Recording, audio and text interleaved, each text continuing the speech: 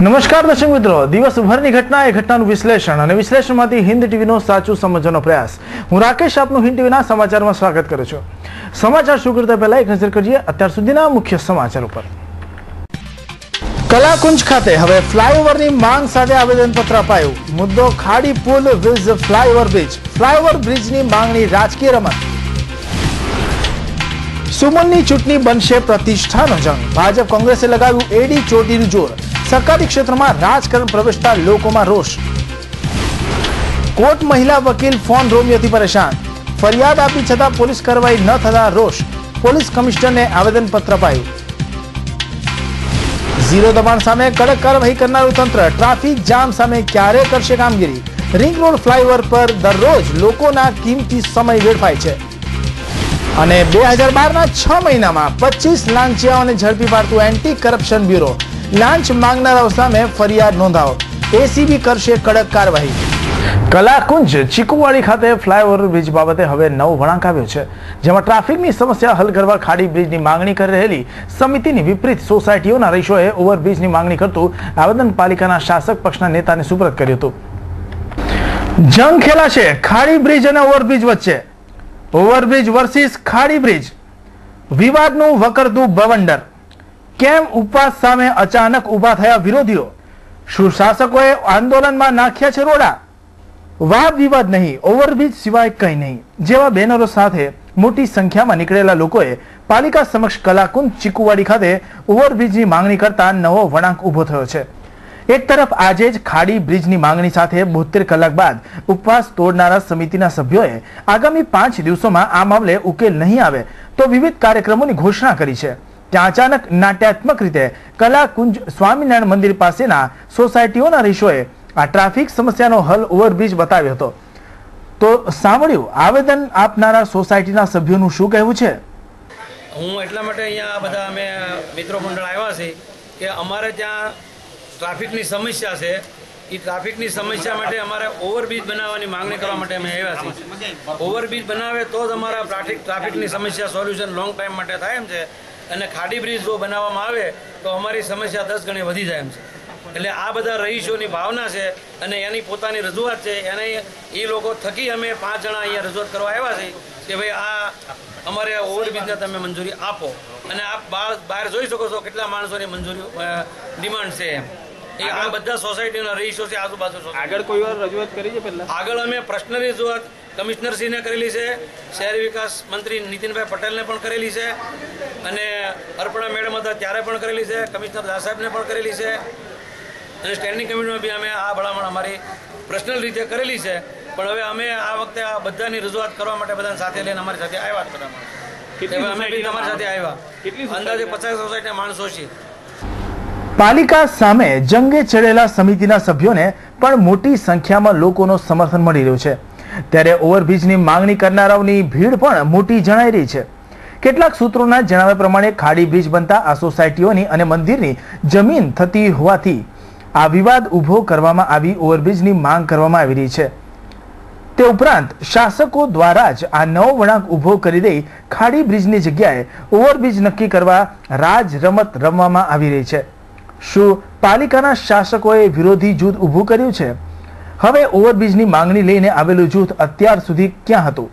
ઉપવાસના 72 કલાક બાદ વિરોધીઓ ઊભા કેમ થયા? કેટલાકના કહેવા પ્રમાણે ખાડી બ્રિજની માંગણી સાથે આંદોલન પર ઉતરેલા લોકોના વિરોધના કારણે ઓવરબ્રિજ બનાવવાની ખેવના રાખનારા શાસકો આ તૂટ નાખીને પોતાનો ગલ કાઢી રહી છે કે શું? સૂત્રોના જણાવ્યા પ્રમાણે આટલી મોટી સંખ્યામાં આવેદન આપવા માટે સોસાયટીઓ દ્વારા કોઈ પરવાનગી પણ મેળવવામાં આવી નથી. તો પાલિકા વિભાગે આ આવેદન સ્વીકારી કેવી રીતે લીધું? જોકે ઓવરબ્રિજ અને ખાડી બ્રિજના મુદ્દે હવે રાજકારણ ગરમાયું છે. ત્યારે બે બિલાડી વચ્ચે વાંદરો ફાવી જાય તેવો ઘાટ ઉભો થઈ રહ્યો છે. કેમેરામેન રાકેશ પાનવાલા સાથે જીમ્મી ઘારીવાનો રિપોર્ટ, હિન્દ ટીવી ન્યૂઝ, સુરત. ગુજરાતના વિકાસમાં માત્ર સરકારનો જ ફાળો છે તેવું કહેવું વધારે પડતી અતિશયોક્તિવાળું હશે, પરંતુ સાચા અર્થમાં એક સદીથી પણ વધુ સમયથી સમાજ ઉપયોગી કાર્ય કરી રહેલા સરકારી ક્ષેત્રે સમાજનો સાચો વિકાસ કર્યો છે. ત્યારે સુમુલની આગામી 26મી જૂને યોજાનારી ચૂંટણીમાં આ સરકારી ભાવનાનો જાણે છેદ ઉડી ગયો છે. અને સંસ્થાની સત્તા મેળવવા ભાજપ કોંગ્રેસ માટે જાણે આ ચૂંટણી આગામી વિધાનસભાની ચૂંટણી માટેની પ્રેક્ટિસ મેચ બની ગઈ છે અને આજે સહકારી ક્ષેત્ર રાજકારણનો અખાડો બની ગયો છે.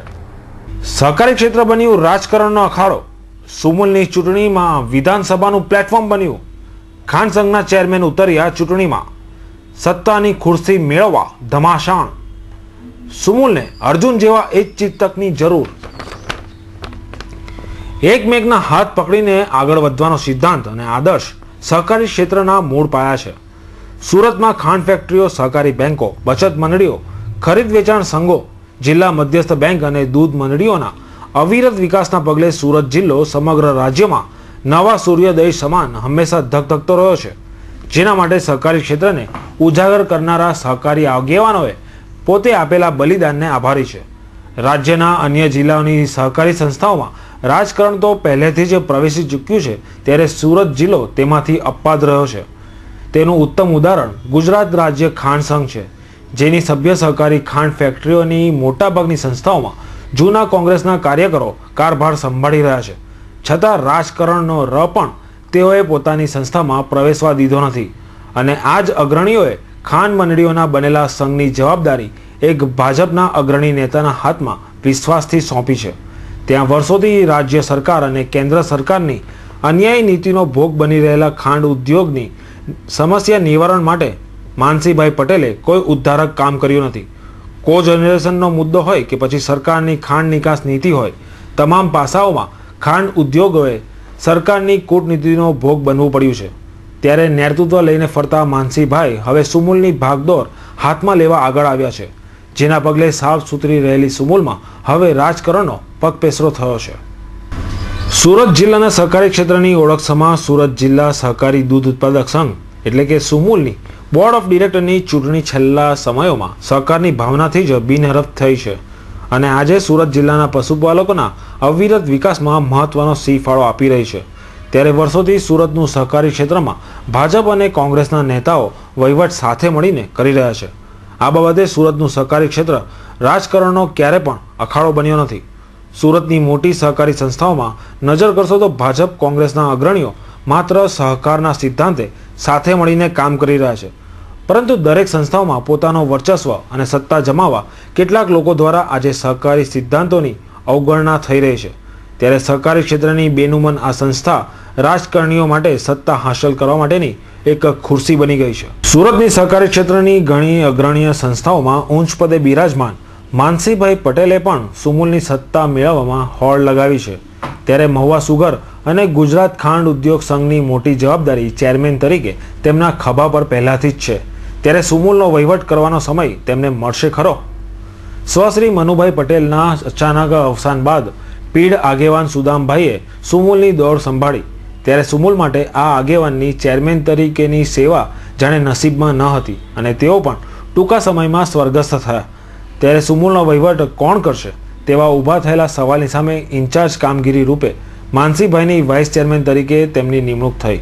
પરંતુ અહીં સવાલ એ ઊભો થાય છે કે સુમુલની જવાબદારી લીધા બાદ તેઓ કેટલી વાર સુમુલ પર કે સુમુલની બોર્ડ મિટિંગમાં હાજરી આપવા આવી શક્યા છે? ખાંડ ઉદ્યોગ હાલ સમસ્યાઓમાંથી પસાર થઈ રહ્યો છે, ત્યારે આ ખાંડ ઉદ્યોગને સશક્ત નેતૃત્વની જરૂર છે. ત્યારે સુમુલની ચૂંટણીમાં હોડ લગાવી કોનું ભલું થવાનું છે? સુરત જિલ્લામાં સહકારી મુરબ્બીઓ આજે પણ મોટી સંખ્યામાં હયાત છે, જેઓ એક ધ્યેય સાથે એક જ અગ્રણી સંસ્થાનું નેતૃત્વ કરી રહ્યા છે. તેઓ ક્યારે પણ સત્તા ખાતર કે પછી વર્ચસ્વ રાખવા અન્ય અગ્રણીય સંસ્થાઓની દોર પોતાના હાથમાં લેવા આગળ આવ્યા નથી. ત્યારે માનસીભાઈ ખાંડ સંઘને હાથમાં રાખી હવે સુમુલમાં પણ પોતાની સત્તા જમાવવા કેમ અધીરા થયા છે? એ વાત બે મત નથી કે તેમના અનુભવનો લાભ સંસ્થાને મળશે, પરંતુ માનસીભાઈ પાસે પહેલેથી જ ઘણી સંસ્થાઓ છે. ત્યારે પશુપાલકોના હિતમાં કેટલો સમય તેઓ કાઢી શકશે? શું પશુપાલકની સેવા અને તેઓના ઉત્થાન માટે અન્ય સંસ્થાઓની જવાબદારીમાંથી તેઓ સ્વેચ્છાએ વિમુખ થશે ખરા? અનેક સવાલો સાથે પશુપાલકો પોતાની સંસ્થામાં શરૂ થયેલા રાજકારણથી આજે ચિંતિત થઈ ઉઠ્યા છે. વિકાસની માછલીને વીજવી હોય ત્યારે અનેક તરફ ધ્યાન રાખનાર દુર્યોધન નહીં ચાલે, પરંતુ માછલીની આંખ તરફ જોનારા અર્જુન જેવા એક ચિત્તની જરૂર પડે છે. Bureau report, Hind TV news, Surat. સુરતની કોર્ટમાં વકીલ તરીકે કાર્ય કરતી 5 જેટલી મહિલા વકીલોને કોઈ અજાણ્યો શખ્સ વારંવાર ફોન કરી વિવસ્ત માંગણી કરે છે, જેને પગલે મહિલા વકીલો દ્વારા ઉમરા પોલીસ મથકમાં ફરિયાદ દાખલ કરવામાં આવી હતી. આ ઘટનાને અનેક દિવસ થયા હોવા છતાં કોઈ પણ કાર્યવાહી નહીં કરાતા મહિલા વકીલો દ્વારા પોલીસ કમિશનરને આવેદનપત્ર આપી કેસની તપાસ ક્રાઇમ બ્રાન્ચને સોંપવાની માંગણી કરવામાં આવી હતી. શહેરની મહિલા વકીલોને ફોન કરીને બીભત્સ માંગણી કરવાના કેસમાં ઉમરા પોલીસમાં સત્તાવાર ફરિયાદ નોંધાઈ છે. જોકે નવાઈની વાત એ છે કે કાયદાના જાણકાર ગણાતા આ મહિલા વકીલોએ રોમિયોની કોલ ડિટેલ આપવા છતાં પોલીસ કશું જ ઉકાળી શકી નથી, જેથી વકીલ આલમમાં રોષ ફેલાયો છે. જિલ્લા ન્યાયાલય ખાતે પ્રેક્ટિસ કરતી 5 મહિલા વકીલોને ગત 6 જૂનથી એક જ મોબાઈલ નંબર પરથી અજાણી વ્યક્તિ ફોન કરીને બીભત્સ વાતો કરતી હતી. સતત 2 દિવસ સુધી આ રીતે ફોન કરાયા બાદ મહિલા વકીલોએ આ અંગે પોલીસ કમિશનરને 8 જૂને અરજી આપીને તપાસ કરવા માંગણી કરી હતી. ત્યારબાદ જે નંબર પરથી ફોન આવતા હતા તેની કોલ ડિટેલ પણ પોલીસને આપવામાં આવી હતી અને ગત 16 જૂને આ અજાણ્યા ટેલિફોન રોમિયો વિરુદ્ધ ઉમરા પોલીસ સ્ટેશનમાં સત્તાવાર ફરિયાદ નોંધવામાં આવી છે. 4 દિવસથી પોલીસ ફરિયાદ નોંધાયા બાદ પણ ઉમરા પોલીસ મહિલા વકીલોને ફોન કરનાર અજાણ્યા વ્યક્તિ સુધી પહોંચી શકી નથી. મહિલા વકીલો દ્વારા જ આ અજ્ઞાત વ્યક્તિની કોલ ડિટેલ, મોબાઈલ ટાવરનું લોકેશન સહિતની વિગતો પોલીસને આપવામાં આવી છે, પરંતુ ઉમરા પોલીસે આ કોલ ડિટેલનું ક્રોસ વેરિફિકેશન પણ કર્યું ન હોવાનો મહિલા વકીલોનો આરોપ છે. પોલીસની ઢીલી તપાસ સામેથી Surat district lady advocate active committee દ્વારા પોલીસ કમિશનર રાકેશ અસ્થાના સમક્ષ રજૂઆત કરવામાં આવી હતી. કમિટીના કન્વીનર પ્રીતિ જોશી સહિતની મહિલા વકીલો અને બાર એસોસિએશનના પ્રમુખ સાશિત મહેતા, એડવોકેટ મનીષ દેસાઈ વગેરે અગ્રણી વકીલોએ આ સમગ્ર તપાસ ક્રાઇમ બ્રાન્ચને સોંપવાની માંગણી કરી હતી. કૂદકે ને ભૂસકે વધી રહેલા સુરત શહેરમાં હાલ જો કોઈ પ્રશ્ન મહત્વનો હોય તો છે ટ્રાફિકનો. કારણ કે સવારથી રાત સુધી ઘરેથી નીકળી પોતાના કામે જનારા લોકોને ટ્રાફિક જામનો ડર હંમેશા સતાવતો હોય છે. આવું થવા પાછળનું કારણ એ છે કે શહેરમાં અનેક એવા પોઈન્ટ છે જ્યાં ટ્રાફિક જામને કારણે લોકોનો મહત્વનો સમય બગડી રહ્યો છે. આવો જ એક વિસ્તાર છે ઉધના દરવાજા. આજે જોઈશું અહીં ટ્રાફિક જામનો હાલ. આ છે સુરતનો અતિવ્યસ્ત રહેતો ઉધના દરવાજા અને મજુરા ગેટ વચ્ચેનો વિસ્તાર. આ વિસ્તારમાં ટ્રાફિકની સમસ્યા ખૂબ જ રહેતી હતી, જેને પગલે પાલિકા દ્વારા અહીં 1, 2 કે 3 નહીં પણ 4 કદાવર ફ્લાયઓવર બ્રિજ બનાવાયા છે, જેનો ઉદ્દેશ હતો કે લોકોને ટ્રાફિકની સમસ્યામાંથી છુટકારો મળે. જોકે હવે સમસ્યા એ થઈ ગઈ છે કે મુખ્ય રસ્તા ઉપર તો અહીં ટ્રાફિક જામ થતો નથી, પરંતુ આ 4 પૈકીના 3 ફ્લાયઓવર ઉપર સવાર અને સાંજના પીક આવર્સમાં ખૂબ જ ટ્રાફિક જામ થઈ રહ્યો છે. સવારે 10 થી બપોરે 12 વાગ્યાના અરસામાં તો એવી હાલત હોય છે કે ફ્લાયઓવર પાર કરવામાં વાહન ચાલકોને 20 થી 30 મિનિટનો સમય લાગે છે. સામાન્ય રીતે 5 થી 7 મિનિટમાં આ 3 ફ્લાયઓવર બ્રિજ પાર કરી શકાય છે. સવારમાં ઓફિસ જવાના ત્રણે જ લોકોને આ તકલીફ પડી રહી છે. આ તકલીફ ખાસ સવારના સમયે મજુરા ગેટથી ઉધના દરવાજા તરફ જવાના ફ્લાયઓવર બ્રિજ પર થાય છે, તો રાતના સમયે ઉધના ગેટથી મજુરા ગેટ તરફના ભાગમાં થાય છે, જેથી લોકોમાં રોષ ફેલાયો છે. જોકે તેનું પાછળનું મુખ્ય કારણ એ પણ છે કે એક તરફ તો શહેર આખામાં 0 દબાણ રૂટ જાહેર કરી રસ્તા ઉપર પોલીસ ટ્રાફિક જામની સમસ્યા દૂર કરવામાં કડક કાર્યવાહી કરી રહ્યું છે, તો બીજી તરફ આ જ 0 દબાણ રૂટની નજીક આવેલા ફ્લાયઓવર બ્રિજ ઉપર થતો ટ્રાફિક જામ પોલીસ કે પાલિકાને દેખાતો નથી. એવું નથી કે પોલીસ વિભાગને એની ખબર નથી. અનેક વખત ખુદ પોલીસ વિભાગના અધિકારીઓ પણ ટ્રાફિક જામમાં ફસાયા છે. ખુદ પોલીસ કમિશનર રાકેશ અસ્થાના પણ આવો નાનકડો અનુભવ થયો છે. જોકે તેમ છતાંય કોઈ વ્યવસ્થાનું કરવાનું પોલીસ કે પાલિકાએ સૂઝ્યું નથી. ત્યારે લોકોનો રોષ યોગ્ય હોય તેવું કહી શકાય, કારણ કે નિયમોનું પાલન કરાવવું કે લોકોને દંડ કરવો એ જ માત્ર પોલીસ વિભાગની જવાબદારી નથી. ટ્રાફિક જામ જેવી સમસ્યાઓનો સર્જાય તે જોવાની જવાબદારી પણ વિભાગની જ છે. ત્યારે આ બાબતે યોગ્ય આયોજન પોલીસ કરે તે જરૂરી છે, નહીંતર કોઈ દિવસ ટ્રાફિક જામને પગલે નુકસાન પણ થઈ શકે છે. સમગ્ર દેશ આજે ભ્રષ્ટાચારની બીમારીથી ત્રસ્ત થઈ ઉઠ્યો છે. ત્યાં સુરત શહેરમાં પણ જાણે લાંચિયાઓ માઝા મૂકી છે. દેશની આઝાદી બાદ સ્વતંત્ર ભારતના લોકોને લાગતું હતું કે હવે સાચા અર્થમાં સ્વરાજનું રાજ આવશે, પરંતુ આ લાંચિયા અધિકારી અને નેતાઓને કારણે આજનો સમય ભ્રષ્ટાચારના રાજનો બની ગયો છે. ભ્રષ્ટાચાર વધી રહ્યો છે, ત્યારે અમુક અધિકારીઓ પોતાના હોદ્દાનો લાભ ઉઠાવી લોકો પાસે લાંચ લેતા હોય છે. ત્યારે આવા સમયે હવે લોકોએ અને અમુક સંગઠનો દ્વારા આવા અધિકારીઓ સામે કે આવા લાંચિયાઓ સામે લાલાક કરવામાં આવી છે. ત્યારે આવા લાંચિયાઓને ઝડપી પાડી સરકાર પણ આ લોકો સામે યોગ્ય કાર્યવાહી કરવા માટે મજબૂર બની છે. વાત કરીએ એન્ટી કરપ્શન બ્યુરોની, તો એન્ટી કરપ્શન બ્યુરો દ્વારા પણ આવા લાંચિયાઓને ઝડપી પાડવામાં સારી એવી કામગીરી કરવામાં આવે છે. લાંચ રૂશ્વત ખાતાની બેનુમન કામગીરીના કારણે આજે લોકોમાં જાગૃતિ આવી છે. ત્યારે દર વર્ષે લાંચ માંગનારા અધિકારીઓની ફરિયાદમાં વધારો થઈ રહ્યો છે, જેના આધારે ચાલુ વર્ષના પહેલા 6 મહિનામાં એન્ટી કરપ્શન બ્યુરોએ સુરત રિજિયનમાં 25 લાંચિયાઓને જેલ ભેગા કરી દીધા છે.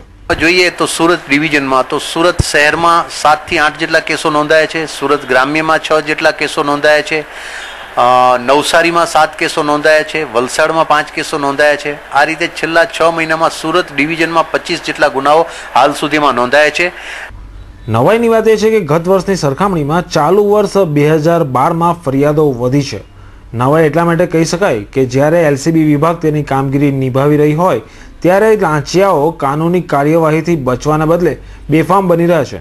ત્યાં લોકોમાં લાંચ રૂશ્વત ખાતા પ્રત્યે વિશ્વાસ વધ્યો હોય તેવું કહેવામાં પણ બેમત નથી. જ્યાં બીજી તરફ અંડર ટેબલ આવક કરવાના ગુનાઓમાં ચિંતાજનક હદે વધારો થયો છે. ક્રાઇમ રેશિયોમાં આ ગુનાનું પ્રમાણ 50%થી વધુ રહ્યું છે. સુરત ડિવિઝનના આખા વર્ષના ગુનાઓ 37 હતા, જેની સરખામણીમાં ચાલુ વર્ષે 6 મહિનામાં જ પોલીસે 25 જેટલા ગુનાઓ નોંધી લીધા છે.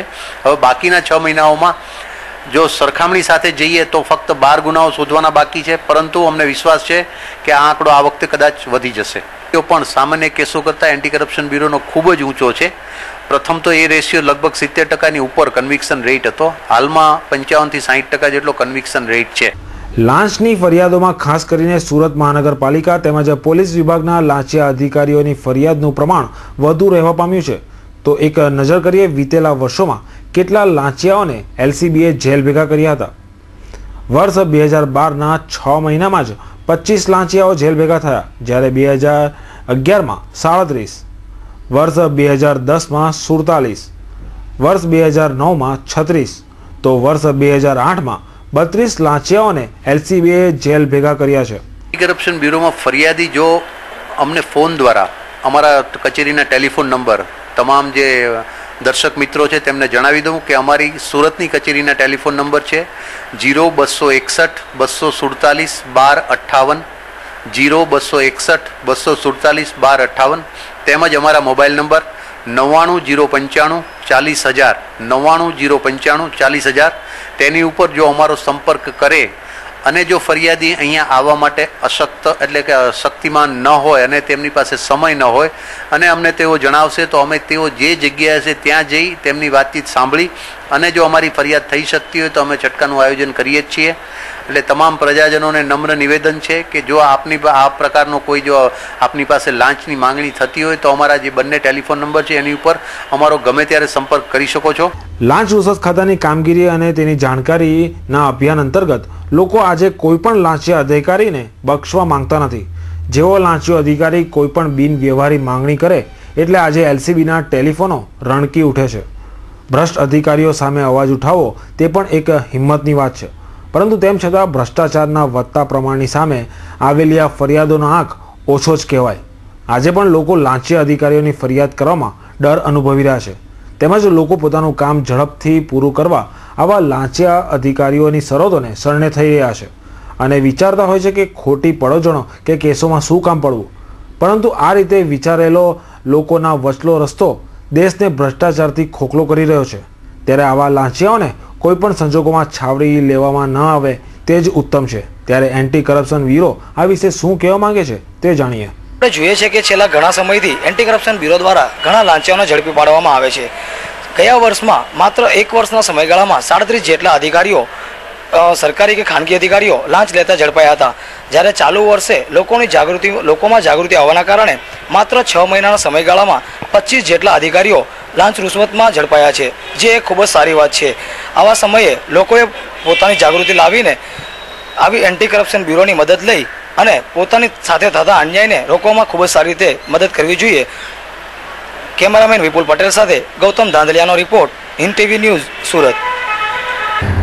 જૈન સમાજના લોકો આવતીકાલ રાતના 10 વાગ્યા સુધી પેટ ભરીને કેરી ખાઈ લેશે, કારણ કે આવતીકાલ ગુરુવાર રાત્રે આદ્રા નક્ષત્રનો પ્રારંભ થઈ રહ્યો છે અને જૈન શાસ્ત્ર પ્રમાણે આદ્રા નક્ષત્ર શરૂ થયા બાદ કેરી ખવાતી નથી, જેથી જૈનો હવે કેરીનો ત્યાગ કરશે.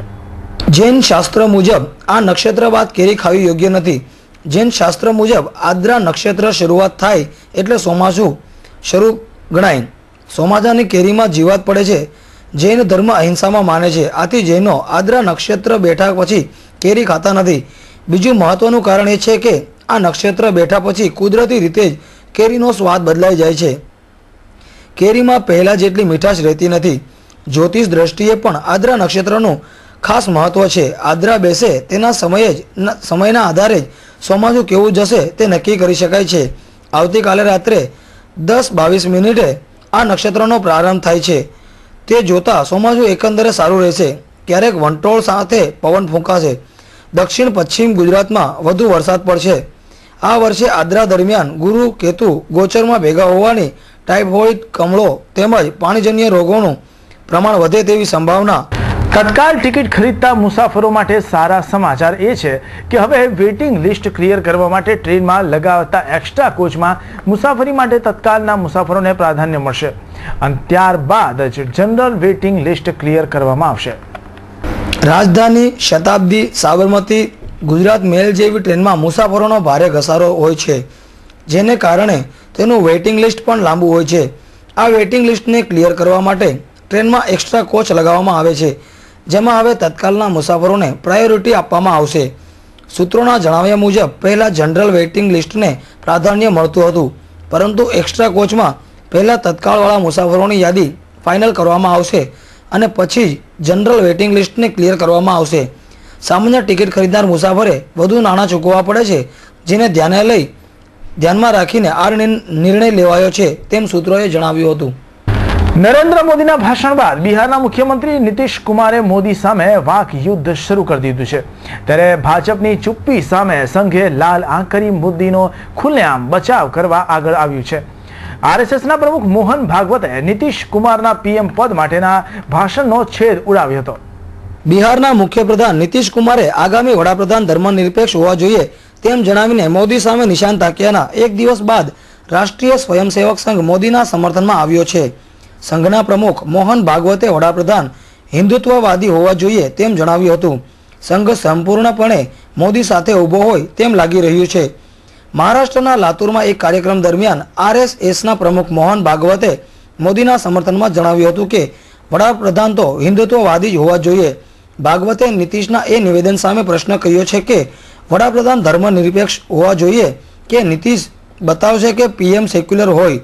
ઉલ્લેખનીય છે કે મંગળવારે બિહારના મુખ્યપ્રધાન નીતિશ કુમારે ગુજરાતના મુખ્યપ્રધાન નરેન્દ્ર મોદી સામે નિશાન તાક્યું હતું અને મોદીને જો પીએમ બનાવાય તો તેઓ એનડીએ સાથે છેડો ફાડશે તેવી ચીમકી પણ ઉચ્ચારી હતી. નીતિશ કુમારના મોદી પરના નિશાના બાદ સંઘ ખુલ્લેઆમ મોદીના પડખે આવ્યો છે. હિન્દુત્વવાદી પીએમ હોય તો વાંધો શું છે અને શું અત્યાર સુધીમાં પીએમ સેક્યુલર ન હતા તેમ ભાગવતે જણાવ્યું હતું. નીતિશ કુમારના નિવેદન બાદ ભાજપ ચૂપ કેમ તે અંગે સંઘના નારાજગી જોવા મળી રહી છે. બિહારના નેતા સુનિલ કુમાર મોદી ભાજપના નેતા હોવા છતાં નીતિશ કુમારના સૂરમાં સૂર મેળવવા જોવા મળી રહ્યા છે. પત્નીની બીમારીથી કંટાળી પતિએ કોઝવેમાં ઝંપલાવી આપઘાત કરી લેતા પરિવારમાં શોકની કાલીમાં છવાઈ જવા પામી છે. કતારગામ વિસ્તારના રાજહર્ષ એપાર્ટમેન્ટમાં રહેતા 47 વર્ષીય મુકેશભાઈ ત્રિભુવનદાસ વાલ્ડે રત્ન કલાકાર તરીકે કામ કરતા હતા. મુકેશભાઈ ડાયાબિટીસની બીમારીથી પીડાતા હતા, જ્યારે તેની પત્નીને હાર્ટની બીમારી હતી. પત્નીની હાર્ટની બીમારી દૂર કરવા માટે 1 લાખના ખર્ચે તેની બાયપાસ સર્જરી કરાવી હતી. જોકે આ સર્જરી ફેલ થઈ હતી, જેથી મુકેશભાઈ ટેન્શનમાં રહેતા હતા. મંગળવારના રોજ મોડી રાત્રે મુકેશભાઈ કોઝવે પર ગયા હતા અને પત્ની બીમારીથી કંટાળી તેઓએ કોઝવેમાં ઝંપલાવી આપઘાત કરી લીધો હતો.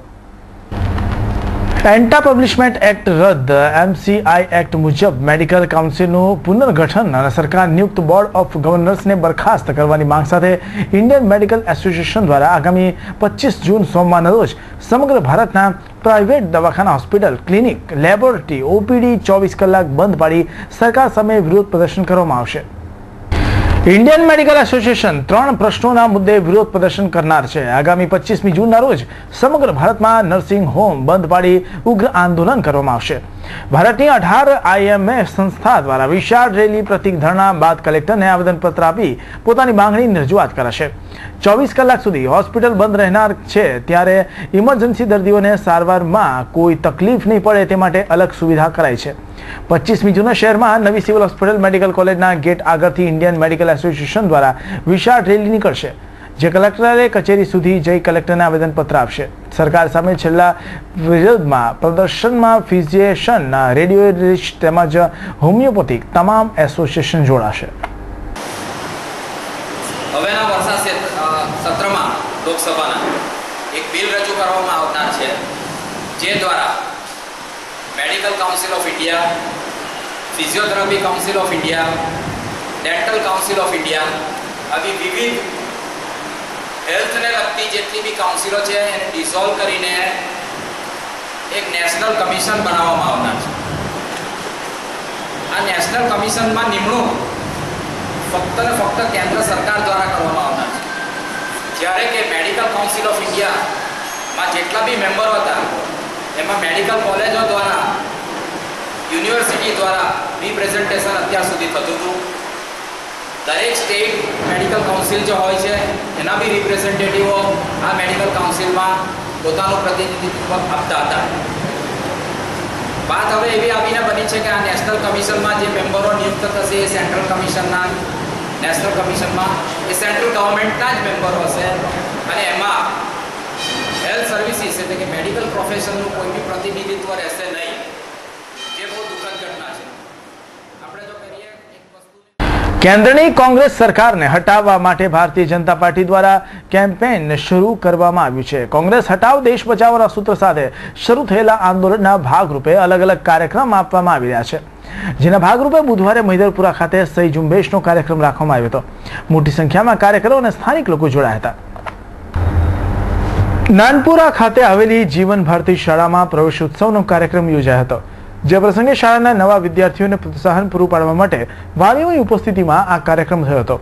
ત્યારે જીવન ભારતી સ્કૂલના આચાર્ય તેમજ સંચાલક મંડળો દ્વારા નવા ભૂલકાઓને પોતાની સ્કૂલમાં પ્રથમ અભ્યાસ સાથે આવકાર્યા હતા. તો જોઈએ પ્રવેશ ઉત્સવના દ્રશ્યો.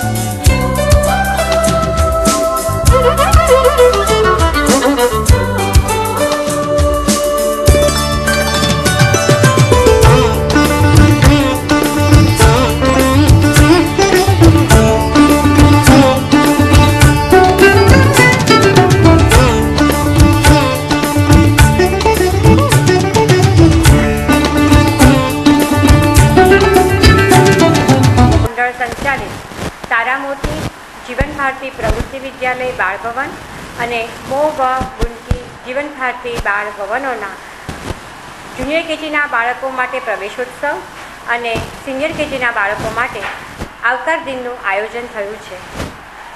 સૌ પ્રથમવાર બાળકો પોતાનું ઘર છોડી અને શાળામાં આવે છે એટલે તેઓનું સામાજિકરણનું પહેલું પગથિયું છે અને આ પહેલું પગથિયું ખૂબ સરળ રીતે, સારી રીતે એ લોકો ચડે તે માટે આજનો આ અમારો નાનકડા કાર્યક્રમનું આયોજન કર્યું છે. અંગ્રેજીમાં કહ્યું છે તેમ વેલ બિગન ઇઝ હાફ ડન. એ જ પ્રમાણે બાળકોનો જે ભણતર છે તેની શરૂઆત સારી થાય તે માટે અમે આ પ્રવેશોત્સવ તથા આવકાર દિનનું આયોજન કર્યું છે. જીવન ભારતી મંડળ સંચાલિત 2 ભવનોનો આ કાર્યક્રમ અમે સાથે કર્યો છે, જેથી બાળકો એકબીજા સાથે હળે મળે, આનંદ કરે અને પોતાનું જે શિક્ષણનું જીવન છે, શૈક્ષણિક જીવન છે તે ખૂબ સારી રીતે આગળ વધારે તેવી તેઓને શુભેચ્છા દરેક શાળાના જે હોદ્દેદારો છે તે શિક્ષક મિત્રો છે તે આજે આપવા ભેગા થયા છે. કાપોદ્રા વિસ્તારમાં ગેસ સિલિન્ડરની પાઇપ લીકેજ થઈ ગઈ હતી, જેના કારણે પાઇપમાં માત્ર નજીવી આગ લાગી હતી. જોકે જાણ કરનારે ફાયરને ગેસ સિલિન્ડર બ્લાસ્ટ થયો હોવાનો ખોટો કોલ કરતા દોડધામ મચી જવા પામી હતી. કાપોદ્રા 4 રસ્તા પાસે આવેલ અક્ષરધામ સોસાયટી ઘર નંબર A18/19 બુધવારે સાંજના સમયે ગેસ સિલિન્ડરનો પાઇપ લીકેજ થતા આગ લાગી હતી. માત્ર રેગ્યુલેટરમાં લાગેલી નજીવી આગને વાતનું વતેસર કહી કોઈએ ફાયરને ગેસ સિલિન્ડર બ્લાસ્ટ થયો હોવાનો કોલ કરાયો હતો, જેથી ફાયર જવાનોમાં દોડધામ મચી જવા પામી હતી. આ બનાવ અંગેની જાણ થતાં જ ફાયરનો કાફલો ઘટના સ્થળે પહોંચી ગયો હતો. જોકે માત્ર રેગ્યુલેટરમાં આગ લાગી હોવાથી ફાયરના જવાનોએ રાહત અનુભવી હતી. આ બનાવમાં કોઈ પણ પ્રકારની જાનહાનિ થવા પામી નથી. અમરોલીમાં એમ્બ્રોઇડરીના કારખાનાના દાદર પરથી માસૂમ બાળક પડી જતા તેનું ઘટના સ્થળે જ કરુણ મોત નીપજ્યું હતું. લીંબાડના ઘોડાદરા વિસ્તારના પતરાવાડી ચાલમાં રહેતા દોલતભાઈ મંગલાની પત્ની છેલ્લા ઘણા સમયથી ઘર છોડી પ્રેમી સાથે ભાગી ગઈ હતી. તે કતરગામ વિસ્તારમાં રહેતા તેના પ્રેમી સાથે રહેતી હતી અને અમરોલી વિસ્તારમાં માનસરોવર નગરના ઇન્દ્રનગરમાં એમ્બ્રોઇડરીના કારખાનામાં કામ કરતી હતી. બુધવારે સવારે તે તેના બાળકને લઈ કામ પર ગઈ હતી. સવારે 10 થી 30 વાગ્યાના સુમારે તેનો 5 વર્ષીય પુત્ર ધનેશ દાદર પરથી રમતા રમતા નીચે પટકાયો હતો. આ ધનેશને માથામાં તથા શરીરે ગંભીર ઇજા પહોંચી હતી અને તાત્કાલિક સારવાર માટે નજીકની ખાનગી હોસ્પિટલમાં ખસેડાયો હતો. જોકે ફરજ પરના તબીબોએ ધનેશને મૃત જાહેર કર્યો હતો.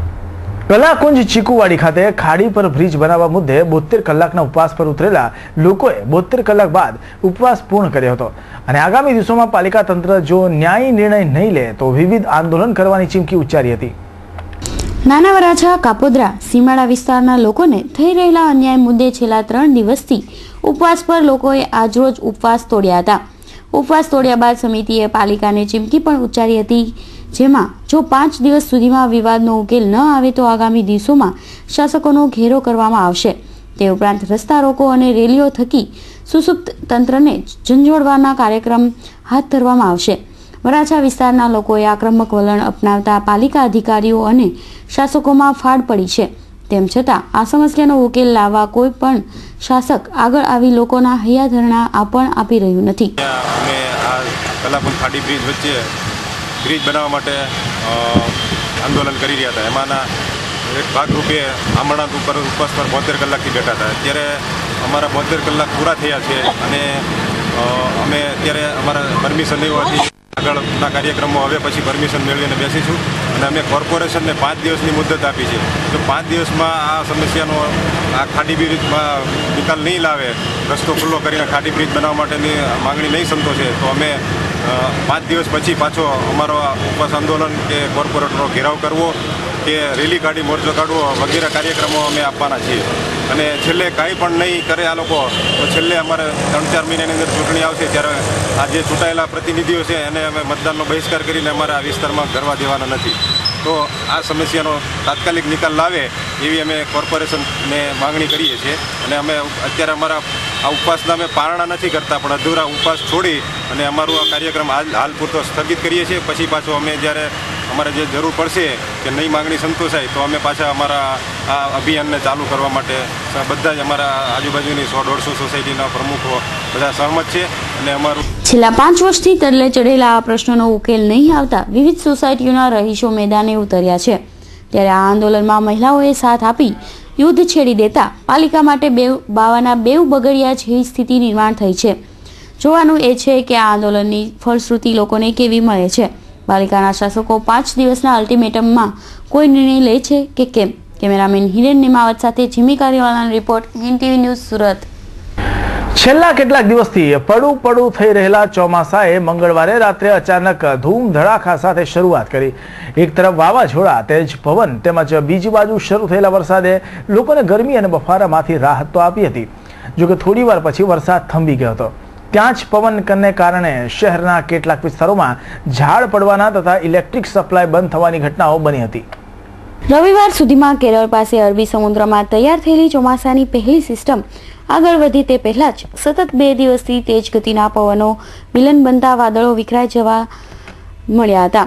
જોકે મંગળવારે રાત્રે 8 વાગ્યાના ગાળામાં વાતાવરણમાં એકાએક પલટો આવ્યો હતો, જેમાં ઉત્તર દિશામાં ધસી આવેલા વાદળોએ શહેર સહિત જિલ્લાના અનેક સ્થળોએ વંટોળિયા સાથે સપાટાભેર વરસાદ આપ્યો હતો.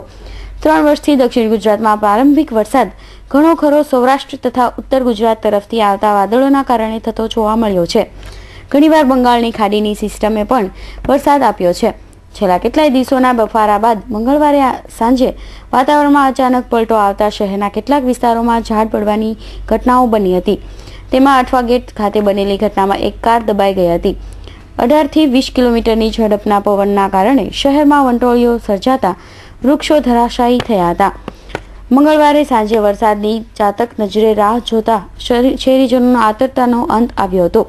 જૂન મહિનાના પ્રારંભે દક્ષિણ ગુજરાતમાં વરસાદની આગાહી કરાઈ હતી, પરંતુ વાતાવરણમાં આવેલા ડિસ્ટર્બન્સને કારણે શરૂઆતમાં વરસાદી ઝાપટા બાદ મંગળવારે મેઘરાજાએ ધમાકેદાર એન્ટ્રી કરી હતી. દિવસ દરમિયાન ભારે બફારા બાદ મોડી સાંજે વાતાવરણે અચાનક પલટો લીધો હતો. જોરદાર પવન ફૂંકાતા શહેરના કેટલાક વિસ્તારોમાં ઝાડ પડવાની ઘટના બની હતી. તેના કારણે ફાયર બ્રિગેડના જવાનોએ ભારે દોડધામ કરી હતી. શહેરમાં બનેલી 6 જુદી જુદી ઘટનાઓમાં સેન્ટર પોઈન્ટ, વરિયાવી બજાર પોલીસ ચોકી, અડાજણના ગંગેશ્વર મહાદેવ, આનંદ મહલ રોડ પર સંસ્કાર ભારતી સ્કૂલ પાસે, અથવા ગેટમાં મહેર પાર્ક અને ઉધના મગદલા રોડ પર સૂર્ય બિલ્ડિંગ પાસે ઝાડ પડ્યા હતા. તેમાં મહેર પાર્ક પાસે વનિતા વિશ્રામની સામે રમેશભાઈ પટેલ નામના ઈસમની ઉભેલી GJ5 AJ 6003 નંબરની મારુતિ સ્વિફ્ટ ડિઝાયર કાર પર ઝાડ પડતા કારને નુકસાન થયું હતું. અચાનક આવેલા વરસાદને કારણે વરાછા પોલીસ સ્ટેશન પાસે 20 થી વધુ વાહન ચાલકો ગબડ્યા હોવાનું જાણવા મળ્યું હતું. આ અંગે ફાયર બ્રિગેડના સૂત્રોએ જણાવ્યું હતું કે 20 થી વધુ વાહનો સ્લીપ થતા સ્થાનિક રહીશોને ઓઇલ ઢોળાયું હોવાની શંકા જાગતા ફાયરમાં ફોન કર્યો હતો. જવાનોએ જે તપાસ કરતા રોડ પર માટી હતી અને તેના પર વરસાદ પડતા વાહનો સ્લીપ થયા હતા. જો કે આ તમામ ઘટનામાં વાહન ચાલકોને મોટી ઈજા થઈ ન હતી. શહેરમાં વરસાદના 4 છાંટા પડે તેની સાથે જ વીજળી ગુલ થવાની પરંપરા મંગળવારે કાપોદ્રા વિસ્તારમાં જળવાઈ રહી હતી. મોડી સાંજે તોફાની પવન સાથે મેઘરાજાની પધરામણી થતાં DGVCLની કોર્પોરેટ ઓફિસ જે વિસ્તારમાં આવેલી છે તે કાપોદ્રા વિસ્તારમાં 4 ફીડર તાબેના વિસ્તારમાં વીજ પુરવઠો ખોરવાયો હતો. માત્ર 3 કલાક માટે ઘર બંધ કરીને પોતાના સંબંધીને ઘરે ગયેલા પર્વત પાટિયાના એક રહીશના ઘરમાંથી તસ્કરો રૂપિયા, રોકડા તેમજ સોનાના દાગીના મળી કુલ 1,52,000નો હાથ સાફ કરી ગયા હતા. આ ચોરી કોઈ જાણ ભેદુએ કરી હોવાની શંકાના આધારે પોલીસે તપાસ આગળ વધારી છે. પુણા કુંભારિયા રોડ પર્વત પાટિયાની અક્ષર ટાઉનશીપમાં રહેતા સંપતરાય ઇન્દ્રચંદ જૈન અલગ અલગ વેપારીઓને ત્યાં એકાઉન્ટ લખવાનું કામ કરે છે. સોમવારે બપોરના 2:30 વાગ્યાની આસપાસ તેઓ ઘરને તાળું મારી સંબંધીને મળવા ગયા હતા, પરંતુ જ્યારે 3 કલાક બાદ તેઓ સાંજે પરત ફર્યા ત્યારે ઘરના દરવાજાનો નકુચો તૂટેલો હતો. ઘરની અંદર તપાસ કરતા કબાટ વેરવિખેર જણાવ્યો હતો અને કબાટની તિજોરીમાંથી 2 તોલા સોનાની ચેન, 3 તોલાના પાટલા, 1 તોલાની 4 વીંટી, અડધા તોલાની કાનની કડી તેમજ રોકડા રૂપિયા 22,000 મળી કુલ રૂપિયા 1.52 લાખની ચોરી થઈ ગયા હોવાની જાણ થતાં સંપતરાયે તાત્કાલિક પુણા પોલીસને જાણ કરી હતી. शाम को 3 से 5 के बीच में हम बाहर गए हुए थे.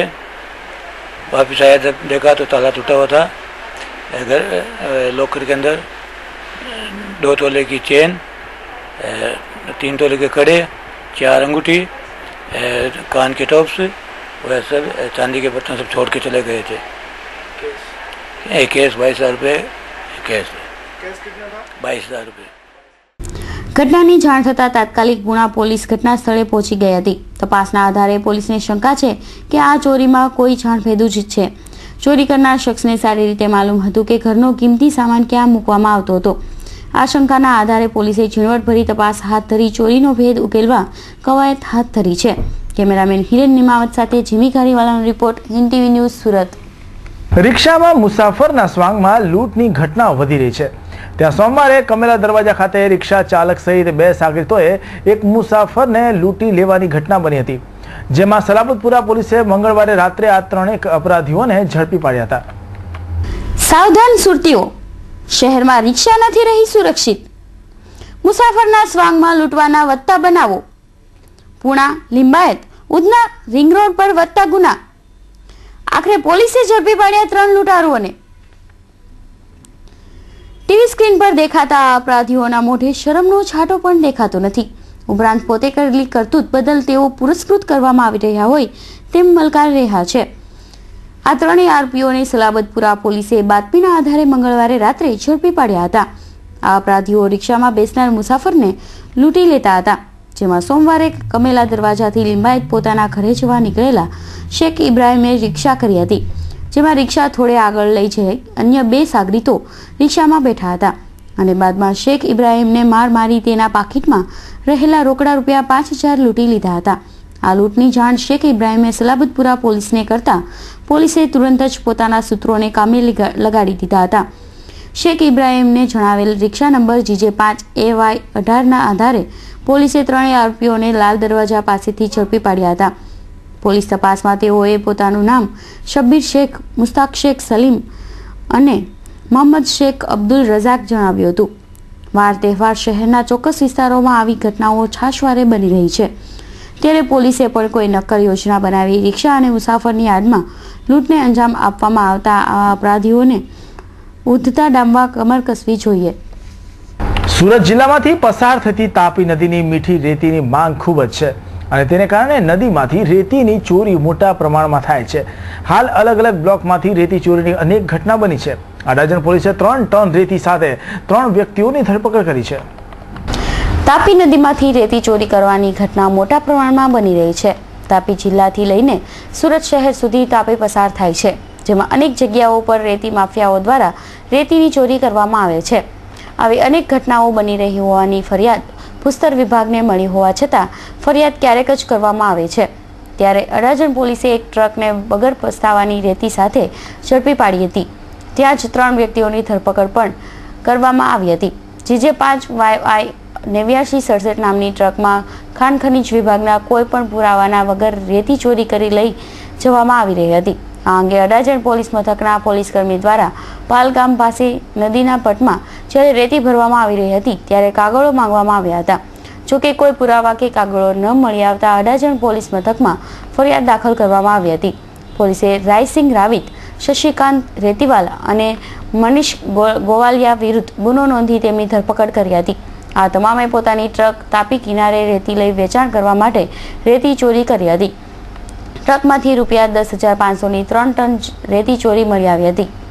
પહેલી વખત વીર નર્મદ દક્ષિણ ગુજરાત યુનિવર્સિટીમાં ઓનલાઈન પ્રવેશ પદ્ધતિ શરૂ કરવામાં આવી છે. જોકે એ તરફ તો તેનો ફાયદો થયો જ છે, જોકે બીજી તરફ યુનિવર્સિટી અને વિદ્યાર્થીઓને નુકસાન થયું છે. યુનિવર્સિટી સંલગ્ન 29 જેટલી કોલેજોમાં બીએડ માટેનો 5મો રાઉન્ડ પણ પૂર્ણ થયો છે, ત્યારે હજુ સુધી 800 જેટલી બેઠકો ખાલી રહેવા પામી છે. વીર નર્મદ દક્ષિણ ગુજરાત યુનિવર્સિટી દ્વારા પ્રવેશો સંપૂર્ણ રીતે ઓનલાઈન ધોરણે કરવાના નિર્ણયને કારણે બીએડમાં ચાલુ વર્ષે પ્રવેશના 5 રાઉન્ડ સમાપ્ત થયા બાદ 29 કોલેજોમાં 800 ઉપરાંતની સીટો ખાલી રહેવા પામી છે. હાલમાં ગણિત, વિજ્ઞાન, અંગ્રેજી અને કૃષિ જેવા મહત્વના વિષયોમાં જ સીટો ખાલી રહેવા પામતા ઊંચા મેરિટવાળા વિદ્યાર્થીઓ અને કોલેજો બંનેને મોટો ફટકો પડવાનું હોવાનું ચિત્ર ઉપસી રહ્યું છે. પ્રવેશ સમિતિના અડિયલ વણસાના કારણે પહેલા રાઉન્ડમાં બહાર નીકળી ગયેલા વિદ્યાર્થીઓને બીજી વખત ધ્યાનમાં નહીં લેવાના પગલે ઊંચા મેરિટવાળા વિદ્યાર્થીઓ બહાર નીકળતા ગયા છે અને તેના બદલે ઓછા મેરિટવાળા વિદ્યાર્થીઓ ફાવી ગયા છે. જાણવા મળ્યા મુજબ પહેલા રાઉન્ડમાં આગળના રાઉન્ડમાં જવા ઈચ્છો છો કે નહીં એવા અંગ્રેજીના સવાલને ગ્રામ્ય વિસ્તારના અનેક વિદ્યાર્થીઓ સમજી શક્યા નથી અને તેના કારણે મેરિટમાં ઊંચો ક્રમ હોવા છતાં આ વિદ્યાર્થીઓ દ્વારા નો ઓપ્શન અપાતા હવે 5મા રાઉન્ડને અંતે તેમને ભૂલ સમજાઈ રહી છે. વિગતો મુજબ કેટલાક એવા પણ કેસ બહાર આવ્યા છે જેમાં ફી ભરાઈ ગયા બાદ પણ તે કન્ફર્મ નહીં થવાને કારણે કોલેજને પ્રવેશ ફળવાઈ રહ્યો નથી. આ સામાન્ય ભૂલ હોવા છતાં તેને પણ ધ્યાનમાં લેવાઈ રહી નથી. માત્ર કન્ફર્મ એડમિશન લેટર નહીં નીકળવાનો પ્રશ્ન હોય તો તે વિદ્યાર્થી કે કોલેજના પ્રતિનિધિને આસાનીથી આપી શકાય એમ હોવા છતાં અપાતો નથી અને સમગ્ર પ્રવેશ પ્રક્રિયા વિલંબમાં મુકાઈ રહી છે. એટલું જ નહીં, વિદ્યાર્થીઓ અન્ય યુનિવર્સિટી તરફ વળી રહ્યા હોવાનું બહાર આવતા આવતીકાલે સંચાલકો પણ કુલપતિને રજૂઆત કરવા માટે જવાના હોવાનું જાણવા મળે છે. ત્રીજા મહત્વના બહાર આવેલા પ્રશ્નમાં અત્યાર સુધી ખાલી રહેલી અનામત કેટેગરીની સીટો અન્ય કેટેગરીમાં આસાનીથી કન્વર્ટ કરાતી હતી, પરંતુ એ પણ ચાલુ વર્ષે ઓનલાઈન ધોરણે અપાતા પ્રવેશમાં આ સીટો કન્વર્ટ કરાતી નથી, જેને કારણે આ પણ સીટો ખાલી રહી છે. ત્યારે પ્રશ્ન એ ઉપસ્થિત થાય છે કે સીટો કન્વર્ટ કરવાના નહીં હોય તો શું આ સીટો ખાલી રાખવી પડશે કે ક્યારે ભરાશે એનો કોઈ જવાબ કોઈને મળી નથી રહ્યો. આ સંજોગોમાં હાલમાં તો મહત્વના વિષયોમાં જ સીટો ખાલી રહી છે. હાલમાં તો ફી ભરવા છતાં કન્ફર્મ નહીં કરનાર વિદ્યાર્થીઓ માટે આગામી તારીખ 21 મીએ રૂબરૂ કાઉન્સિલિંગ રાખવામાં આવ્યું હોવાનું બહાર આવ્યું છે. ત્યારે 12-12ની 2 કરવાની નોબત સર્જાઈ રહી હોવાનું જાણવા મળે છે. પોલીસ વિભાગમાં જ્યાં સુધી માનસિકતા બદલાય નહીં ત્યાં સુધી પોલીસ કર્મચારીઓનું વર્તન બદલાય નથી. તે વાત એકદમ સાચી છે. સુરત પોલીસ કમિશનર રાકેશ અસ્થાના દ્વારા અવનવા પ્રયોગ કરવામાં આવી રહ્યા છે. મંગળવારે વક્તૃત્વ સ્પર્ધાનું આયોજન કરવામાં આવ્યું હતું. અલગ અલગ વિષયો પર શહેર પોલીસના કર્મચારીઓ દ્વારા વક્તવ્ય આપવામાં આવ્યું હતું. સ્પર્ધામાં ઇનામોની પણ વહેંચણી કરવામાં આવી હતી. પોલીસ કમિશનર કચેરી નજીક હાલમાં જ તૈયાર કરાયેલ પોલીસ તાલીમ ભવનમાં મંગળવારે પોલીસ કમિશનર રાકેશ અસ્થાનાએ અધિકારી કર્મચારીઓ માટે વક્તૃત્વ સ્પર્ધાનું આયોજન કર્યું હતું. આ સ્પર્ધામાં શહેરના પોલીસ મથકો, એજન્સી તથા ટ્રાફિક વિભાગના કર્મચારીઓ મળીને 44 પોલીસે વક્તવ્ય આપ્યું હતું, જેમાં પ્રથમ ક્રમે 1 કોન્સ્ટેબલ, બીજા ક્રમે 1 પીએસઆઈ અને ત્રીજા ક્રમે એસીપી પીઆઈ વિજેતા રહ્યા હતા. આ સ્પર્ધા દરમિયાન પોલીસ કમિશનર રાકેશ અસ્થાનાએ સ્ટ્રેસ મેનેજમેન્ટ પર 15 મિનિટ સુધી વક્તવ્ય આપ્યું હતું. તેમણે કહ્યું હતું કે ઓફિસની વાત ઓફિસમાં રાખવી જોઈએ અને ઘરની વાત ઘરમાં. સારું વાંચન અને રમતગમતમાં રુચિ કેળવશો તો સ્ટ્રેસ ઓછું કરી શકશો. આમ તો વક્તૃત્વ સ્પર્ધામાં ભાગ લેનારા દરેક પોલીસ કર્મચારીનું વક્તવ્ય માહિતીસભર રહ્યું હતું, પરંતુ તેમાંથી શ્રેષ્ઠ 3 વિજેતાઓને નક્કી કરવા માટે 3 નિર્ણાયકની પસંદગી કરવામાં આવી હતી, જેમાં રાંદેરના એમએમપી હાઈસ્કૂલના નિવૃત્ત આચાર્ય MS મિચલા, ઉધનાની TH બચકાનીવાલા સ્કૂલના આચાર્ય ડોક્ટર રીટાબેન કુલવાલા અને પ્રોફેસર પ્રવીણભાઈ ચૌધરીએ પ્રથમ, દ્વિતીય અને તૃતીય ક્રમ આપ્યા હતા. આ સ્પર્ધામાં પોલીસ જવાનો ઉત્સાહભેર ભાગ લઈ જ્ઞાનનું આદાન પ્રદાન કર્યું હતું. જે વિષયો પર વક્તવ્ય આપવાનું હતું તેમાં પોલીસ બેડામાં શિસ્તની જરૂરિયાત, પોલીસ બેડામાં નેતૃત્વની જરૂરિયાત, ફરજો અને પારિવારિક જવાબદારી, પોલીસ બેડામાં ફિટનેસની જરૂરિયાત, પોલીસ પબ્લિક રિલેશનશિપ, દેશની આંતરિક સુરક્ષામાં પોલીસની ભૂમિકાનો વિષય હતો. જેમનો પ્રથમ, દ્વિતીય અને તૃતીય નંબર આવ્યો હતો તેમાં પ્રથમ ક્રમ ક્રાઇમ બ્રાન્ચના કોન્સ્ટેબલ પરેશ પટેલનો હતો. પોલીસ બેડામાં નેતૃત્વની જરૂરિયાત વિષય પર તેમણે જણાવ્યું હતું કે પોલીસ બેડામાં યોગ્ય નેતૃત્વથી ઘણો જ લાભ થાય છે. કમિશનર કર્મચારીઓને પ્રોત્સાહન મેડલ આપે છે, જેના કારણે તેમનું મોરલ ઘણું ઊંચું આવે છે. ભૂતકાળમાં પાલિકા કમિશનર SR રાવે સુરતની બદલી નાખી. તેમણે વિશ્વ ફલક પર સુરતની ઓળખ તરીકે બનાવી હતી. દ્વિતીય ક્રમે PSI ક્રાઇમ બ્રાન્ચ SA ઝુમરાનો આવ્યો હતો. તેમણે પોલીસ બેડામાં શિસ્ત વિષય પર કહ્યું હતું કે જ્યારે કોઈ વ્યક્તિ પોલીસ બેડામાં જોડાય છે ત્યારે તે સામાન્ય માણસ જ હોય છે, પરંતુ પોલીસ બેડામાં જોડાયા બાદ જે ટ્રેનિંગ આપવામાં આવે છે તે એક પ્રકારની શિસ્તની જ તાલીમ હોય છે. પોલીસે પોતાના ઉપરી અધિકારીઓનું પાલન કરવું જોઈએ. આપણામાં શિસ્ત હશે તો ભવિષ્યમાં કોઈ સમસ્યા નહીં આવે. જ્યારે તૃતીય ક્રમ ACP NC Patel special branch અને PIPR દેસાઈ SOGનો આવ્યો હતો. પોલીસ પબ્લિક રિલેશનશિપ બંને અધિકારીઓએ વક્તવ્ય આપ્યું હતું.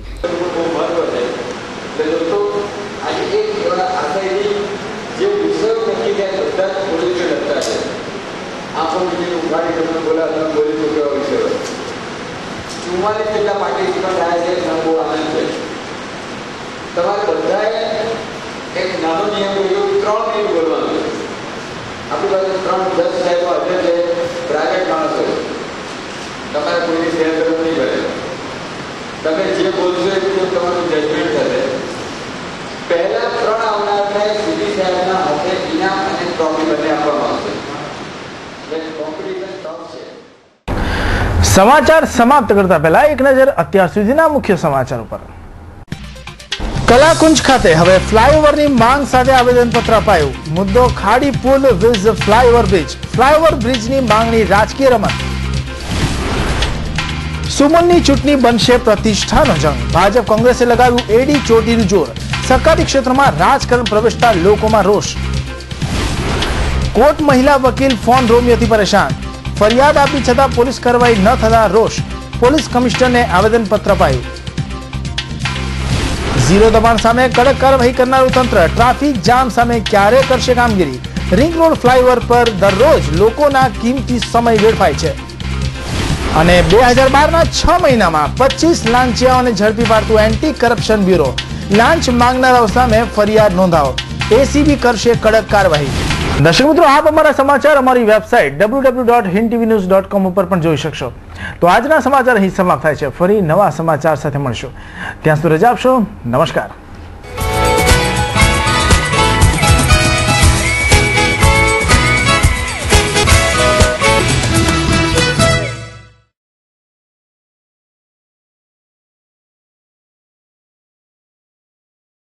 સમગ્ર દેશ આજે ભ્રષ્ટાચારની બીમારીથી ત્રસ્ત થઈ ઉઠ્યો છે. ત્યાં સુરત શહેરમાં પણ જાણે લાંચિયાઓ માઝા મૂકી છે. દેશની આઝાદી બાદ સ્વતંત્ર ભારતના લોકોને લાગતું હતું કે હવે સાચા અર્થમાં સ્વરાજનું રાજ આવશે, પરંતુ આ લાંચિયા અધિકારી અને નેતાઓને કારણે આજનો સમય ભ્રષ્ટાચારના રાજનો બની ગયો છે. દેશમાં દિવસે ને દિવસે ભ્રષ્ટાચાર વધી રહ્યો છે, ત્યારે અમુક અધિકારીઓ પોતાના હોદ્દાનો લાભ ઉઠાવી લોકો પાસે લાંચ લેતા હોય છે. ત્યારે આવા સમયે હવે લોકોએ અને અમુક સંગઠનો દ્વારા આવા અધિકારીઓ સામે કે આવા લાંચિયાઓ સામે લાલાક કરવામાં આવી છે.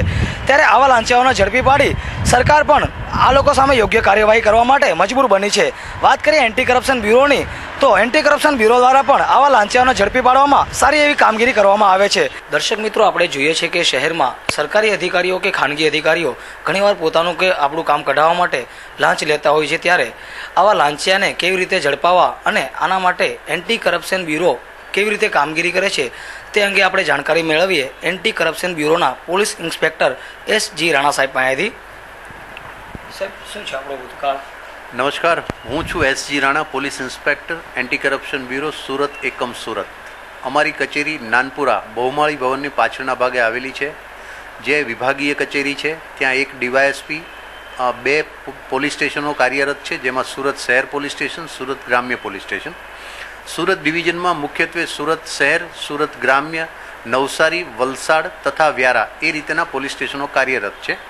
સામાન્ય રીતે જિલ્લા લેવલે એક પોલીસ સ્ટેશન કાર્યરત હોય છે, જેમાં જિલ્લાના નાગરિકો તેમની ફરિયાદ જિલ્લા પોલીસ મથકે કરી શકે છે.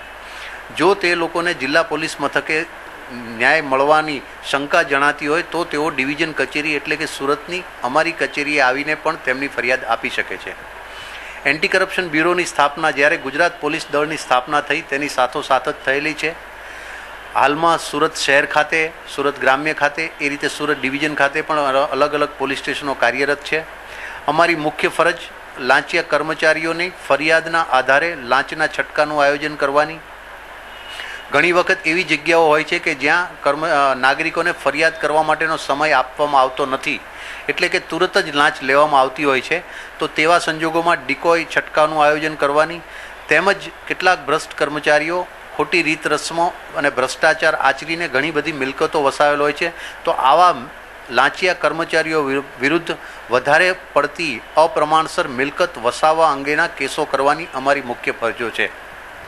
હવે સાહેબ, આમાં જે ફરિયાદો મળે છે તો આ ફરિયાદોના આધારે કેવી રીતે કામગીરી થાય છે અને આમાં કોઈ ક્રોસ વેરિફિકેશન કરવામાં આવે છે? સામાન્ય રીતે જ્યારે કોઈ નાગરિક કોઈ સરકારી કચેરીમાં પોતાના કામ અર્થે જાય અને જો તે કામ માટે તેની પાસેથી લાંચની માંગણી કરવામાં આવે તો પ્રથમ તે વ્યક્તિએ તે લાંચ માગનાર કર્મચારીનું નામ, હોદ્દો, તેની કામગીરીની વિગત જાણવી જોઈએ. ત્યારબાદ તેણે આ લાંચિયા કર્મચારીને પોતાનું કામ ક્યારે કરી આપશે તેની મુદત જાણવી જોઈએ અને પૈસા ક્યારે આપવાના રહેશે તે સ્થળ અને સમયની વિગત પણ મેળવી લેવી જોઈએ. તે મેળવ્યા બાદ તેણે અમારી કચેરીનો સંપર્ક કરે તો અમે તેની ફરિયાદના આધારે 2 સરકારી કર્મચારીઓને પંચો તરીકે બોલાવી લાંચિયા કર્મચારીએ આપેલ સમય અને સ્થળે સરકારી પંચો સાથે જઈ લાંચના છટકાનું આયોજન કરતા હોઈએ છીએ. અને જો તે પંચ રૂબરૂમાં લાંચ માગી સ્વીકારી લે તો તેને ત્યાં જ પકડી લેવામાં આવે છે અને તેના વિરુદ્ધ ભ્રષ્ટાચાર નિવારણ અધિનિયમ હેઠળ કાર્યવાહી કરવામાં આવે છે. હવે સાહેબ, આમાં કેટલા આપણા માણસો કામ કરે છે અને કેવી રીતે આખું છટકું ગોઠવવામાં આવે છે? સામાન્ય રીતે પોલીસ સ્ટેશન લેવલે 5 થી 6 માણસોનો સ્ટાફ આપવામાં આવેલો હોય છે. સરકારી જીપો આપવામાં આવેલી છે, ડ્રાઈવર છે, એ રીતેનું 5 થી 6નું સામાન્ય રીતે સ્ટ્રેન્થ હોય છે. જ્યારે કોઈ જિલ્લામાં જ્યારે લાંચના છટકાનું આયોજન કરવામાં આવે અને જો તે છટકાનું આયોજન કરનાર અધિકારીને એવું જણાય કે તેમની હાજરી ત્યાં આગળ ઓળખને પાત્ર બનશે અને કદાચ તેમની હાજરીમાં લાંચિયો કર્મચારી લાંચ ન સ્વીકારે તો તેઓ ડિવિઝનમાંથી અન્ય અધિકારીઓ, અન્ય માણસોની પણ મદદ મેળવી શકે છે. અને આ રીતે જે લાંચના છટકાને સફળ બનાવવા માટેના જે મહત્તમ મહેનત કરવી પડે તે મુજબની મહેનત કરી અને છટકાને સફળ બનવાનું આયોજન કરવામાં આવતું હોય છે. હવે સાહેબ, ક્યારે એવું બને છે કે ફરિયાદી ક્યારેક પોતાનું નામ ખાનગી રાખવા માંગતો હોય અને પોતાનું નામ ખાનગી રાખીને પછી તમને બાતમી આપે તો તેના આધારે શું કાર્યવાહી થાય છે ખરી?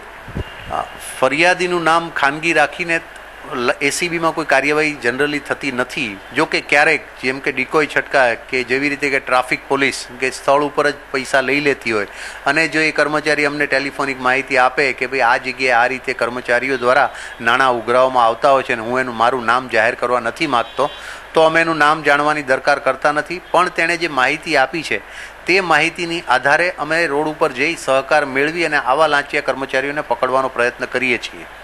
જો કે લાંચના છટકાના કિસ્સામાં ફરિયાદી કરનાર વ્યક્તિ છે તેની ઓળખ તેણે આપવી જ પડે છે, કારણ કે તેમની જ ફરિયાદ હોય છે. એ ફરિયાદ નામદાર કોર્ટમાં જતી હોય છે, કેસ ચાલતો હોય છે ત્યારે પણ એ ફરિયાદીનું નામ આવતું હોય છે. એટલે છટકાના કિસ્સાઓમાં ફરિયાદીનું નામ જાહેર થવું બહુ જરૂરી હોય છે, એટલે એ છુપાવી શકાતું નથી. સાહેબ, ક્યારે એવું બન્યું છે કે એમાં કોઈ ફરિયાદી ખોટી સાબિત થયું હોય ફરિયાદ? સામાન્ય રીતે ઓછું બને છે, કારણ કે સરકારી કર્મચારી પંચ તરીકે હોય છે અને પંચ રૂબરૂમાં જ છટકાઓનું આયોજન કરવામાં આવતું હોય છે. એટલે ખોટી ફરિયાદ હોય તો સામાન્ય રીતે નાણાં જેણે માગ્યા હોય તે નાણાં માગવાની જે ફરિયાદ આપી હોય તે માણસ નાણાં સ્વીકારતો નથી, તેની સાથે એ બાબતે કોઈ વાતચીત કરતો હોતો નથી. એટલે પછી અમને કાર્યવાહી દરમિયાન ખ્યાલ આવે છે કે આ ફરિયાદ ઉપજાવી કાઢેલી છે અને એવા વખતે નાણાં સ્વીકારે નહીં એટલે અમારો કેસ બનતો નથી.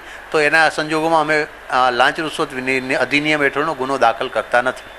અને સાહેબ, આપણે છેલ્લા 6 મહિનામાં કામગીરી કેટલી છે? છેલ્લા 6 મહિનામાં જોઈએ તો સુરત ડિવિઝનમાં તો સુરત શહેરમાં 7 થી 8 જેટલા કેસો નોંધાયા છે, સુરત ગ્રામ્યમાં 6 જેટલા કેસો નોંધાયા છે, નવસારીમાં 7 કેસો નોંધાયા છે, વલસાડમાં 5 કેસો નોંધાયા છે. આ રીતે છેલ્લા 6 મહિનામાં સુરત ડિવિઝનમાં 25 જેટલા ગુનાઓ હાલ સુધીમાં નોંધાયા છે. જ્યારે તેની સરખામણીમાં ગયા વર્ષે સુરત ડિવિઝનના આખા વર્ષના ગુનાઓ 37 હતા, જેની સરખામણીમાં ચાલુ વર્ષે 6 મહિનામાં જ પોલીસે 25 જેટલા ગુનાઓ નોંધી લીધા છે. હવે બાકીના 6 મહિનાઓમાં જો સરખામણી સાથે જઈએ તો ફક્ત 12 ગુનાઓ શોધવાના બાકી છે, પરંતુ અમને વિશ્વાસ છે કે આ આંકડો આ વખતે કદાચ વધી જશે. સાહેબ, આમાં જે દંડ મતલબ જે લાંચિયા પકડાય છે તો તેમના વિરુદ્ધ શું કાર્યવાહી થાય છે અને કેટલો દંડ થાય છે અને કેટલી સજા થાય છે? લાંચ રૂશ્વત ભ્રષ્ટાચાર નિવારણ અધિનિયમ છે તે મુજબ લાંચ સ્વીકારનાર કર્મચારી જો નામદાર કોર્ટમાં દોષિત ઠરે તો તેને 3 વર્ષથી ઓછી નહીં તેટલી અને ₹10,000 થી 1 લાખ સુધીના દંડની જોગવાઈ છે. એટલે ઘણી વખત લાંચિયા કર્મચારીઓ પકડાય તો તેને આ મુજબ સજા થાય છે અને સજાનો રેશિયો પણ સામાન્ય કેસો કરતાં એન્ટી કરપ્શન બ્યુરોનો ખૂબ જ ઊંચો છે. પ્રથમ તો એ રેશિયો લગભગ 70% ઉપર કન્વિક્શન રેટ હતો. હાલમાં 55 થી 60% જેટલો કન્વિક્શન રેટ છે. સર, સામાન્ય નાગરિક ક્યારેય અહીંયા રૂબરૂ આવી શકતો ન હોય તો ક્યારે તમને ફોનથી કોન્ટેક્ટ કરી શકે ખરો? એન્ટી કરપ્શન બ્યુરોમાં ફરિયાદી જો અમને ફોન દ્વારા અમારા કચેરીના ટેલિફોન નંબર તમામ જે દર્શક મિત્રો છે તેમને જણાવી દઉં કે અમારી સુરતની કચેરીના ટેલિફોન નંબર છે 0261 247 1258, 0261 247 1258, તેમજ અમારા મોબાઈલ નંબર 99095 40000, 99095 40000. તેની ઉપર જો અમારો સંપર્ક કરે અને જો ફરિયાદી અહીંયા આવવા માટે અશક્ત એટલે કે શક્તિમાન ન હોય અને તેમની પાસે સમય ન હોય અને અમને તેઓ જણાવશે તો અમે તેઓ જે જગ્યાએ છે ત્યાં જઈ તેમની વાતચીત સાંભળી અને જો અમારી ફરિયાદ થઈ શકતી હોય તો અમે છટકાનું આયોજન કરીએ જ છીએ. એટલે તમામ પ્રજાજનોને નમ્ર નિવેદન છે કે જો આ પ્રકારનો કોઈ જો આપની પાસે લાંચની માંગણી થતી હોય તો અમારા જે બંને ટેલિફોન નંબર છે એની ઉપર અમારો ગમે ત્યારે સંપર્ક કરી શકો છો. અમારી કચેરીનો સમય જો કે સવારે 10 થી 6 સુધીનો છે, તો જે ટેલિફોન નંબર લેન્ડલાઇન છે તેની ઉપર કચેરી સમય દરમિયાન તેમજ અમારા મોબાઈલ ઉપર ગમે ત્યારે આપ અમારો સંપર્ક કરી અને અમને આપની હકીકત જણાવી શકો છો. આભાર. પહેલાંના સમયમાં સરકારી અધિકારીઓ કે ખાનગી કોઈ બી અધિકારીઓ જ્યારે લાંચ માગતા હતા ત્યારે આવા લાંચિયાઓને ઝડપી પાડવા માટે કોઈ પણ પ્રકારની વ્યવસ્થા હતી નહીં. પરંતુ હવે જ્યારે એન્ટી કરપ્શન બ્યુરો દ્વારા ખૂબ જ સારી કામગીરી કરવામાં આવે છે. એન્ટી કરપ્શન બ્યુરોનું કામ છે કે કોઈ પણ સરકારી અધિકારીઓ કે ખાનગી અધિકારીઓ તમારી પાસે લાંચ માગે ત્યારે આવા એન્ટી કરપ્શન બ્યુરોનો તમે સહારો લો અને તેમની મદદ લો. આપણે જોઈએ છીએ કે છેલ્લા ઘણા સમયથી એન્ટી કરપ્શન બ્યુરો દ્વારા ઘણા લાંચિયાઓને ઝડપી પાડવામાં આવે છે. ગયા વર્ષમાં માત્ર 1 વર્ષના સમયગાળામાં 37 જેટલા અધિકારીઓ સરકારી કે ખાનગી અધિકારીઓ લાંચ લેતા ઝડપાયા હતા.